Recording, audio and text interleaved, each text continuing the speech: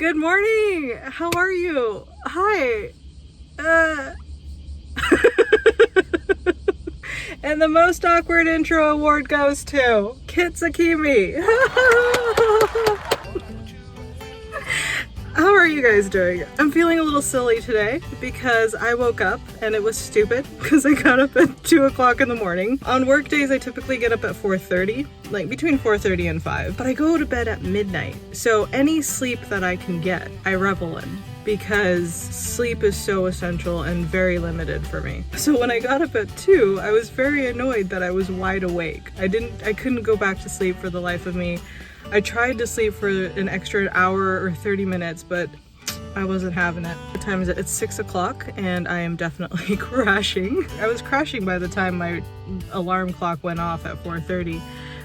So much so that I realized now when I look down at my feet that I'm wearing 2 different socks. Not 2 slightly different colored socks. Literally 2 different socks. 1 plain black sock and a Boba Fett sock. Since I'm probably gonna crash pretty hard by the time I get off work, I decided I'm just gonna go ahead and knock out this video for today now. But we're gonna do it while I lay down. So today's video topic is going to be why I don't speak Japanese very often in my YouTube videos. I have three different reasons as to why. The first reason is time. As I've talked to you guys before, editing videos is probably the most time consuming part of making daily vlogs. For this instance, for this video right here, it will probably take me about maybe 15-30 minutes to record it, but it's gonna take me like at least an hour and a half to 2 hours to edit it. And so sometimes just making a 10 to 15 minute video can take me anywhere from 4 to sometimes at worst, depending on how technical I make the video, 8 hours. So the reason I don't speak a lot of Japanese is because if I speak Japanese, I would have to translate it in little texts at the bottom. That's just additional work and time I don't want to put into it.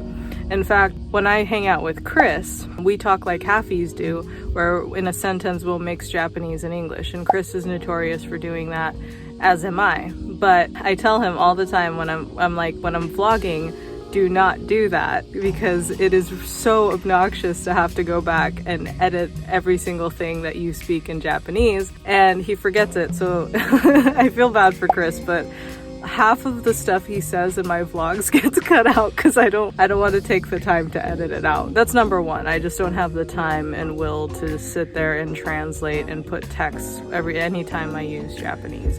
I do speak Japanese every once in a while, and I will put little texts here and there, but for the most part I try to avoid it for efficiency's sake.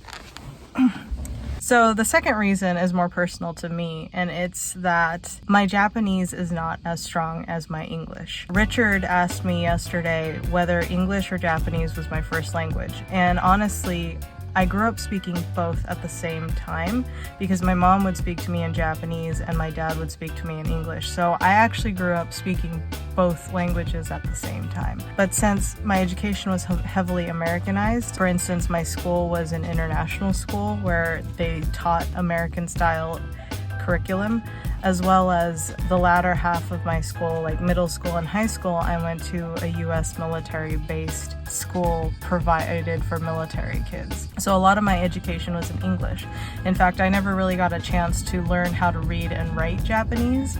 I can speak Japanese conversationally, but my reading and writing is very, very poor. I'm probably at a 2nd or 3rd grade level of reading and writing in Japanese. While I was living here for the first 20 years of my life, even though my education was in English, because at home I primarily spoke Japanese, my Japanese was actually very, very strong as well. However, what really, really ruined me was moving to the States for 10 years, because in the States I had nobody to speak Japanese to, so English was my primary language, and in the 10 years that I lived there, the only time I would speak Japanese is the rare occasions that I met a Japanese person, or when I would call my mom once or twice a week, or when I would come back here to visit Okinawa. And so speaking Japanese, I didn't really get an opportunity to speak it that much in the 10 years that I lived in California, so my Japanese really suffered. In fact, it kind of makes me cringe a little bit, because when I listen to myself speak Japanese, I can definitely hear a more foreign accent, which sucks because I didn't have that when I was living here for the first 20 years of my life. I definitely have a more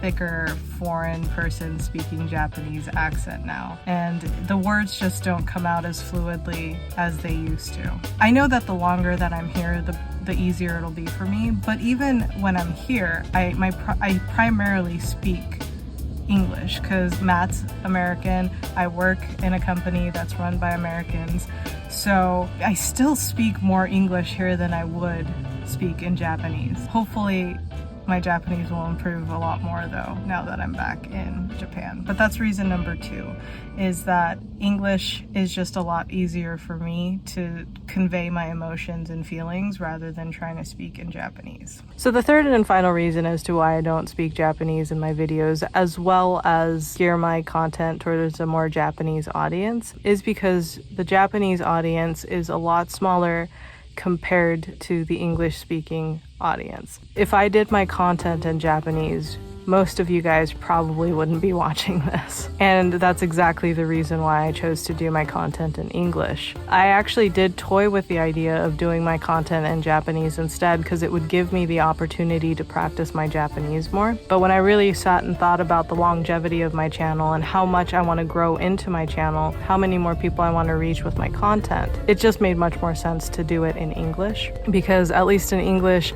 I could be reaching people in America and England and Canada and Europe, and it just pretty much anybody who speaks English, because it's such a universal language. But Japan, I would be so limited. It's such a small group of people in this like really big world.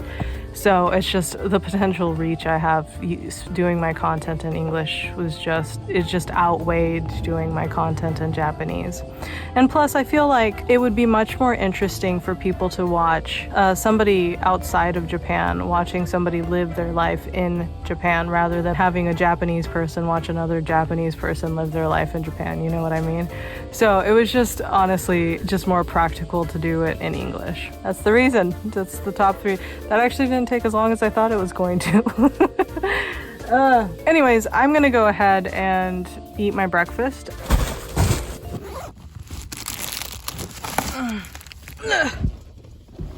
So I'm gonna go ahead and eat my breakfast before I have to go into work. Today's breakfast is a simple onigiri that I made with salmon flakes, which is like one of my favorite type of homemade onigiris. Look at that. Look at it. Look at the baby.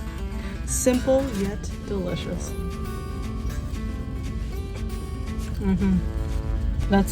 That's just food for the soul, really. But thank you guys so much for tuning into this episode. Nobody really asked for this video, but I was like, I'm gonna make it anyways because I want to talk about it. You guys are so used to that by now. But after yesterday's video, I noticed that in the comment section, you guys are interested in me talking about the differences between Okinawa and Japanese, as well as the tension between Okinawans and Japanese.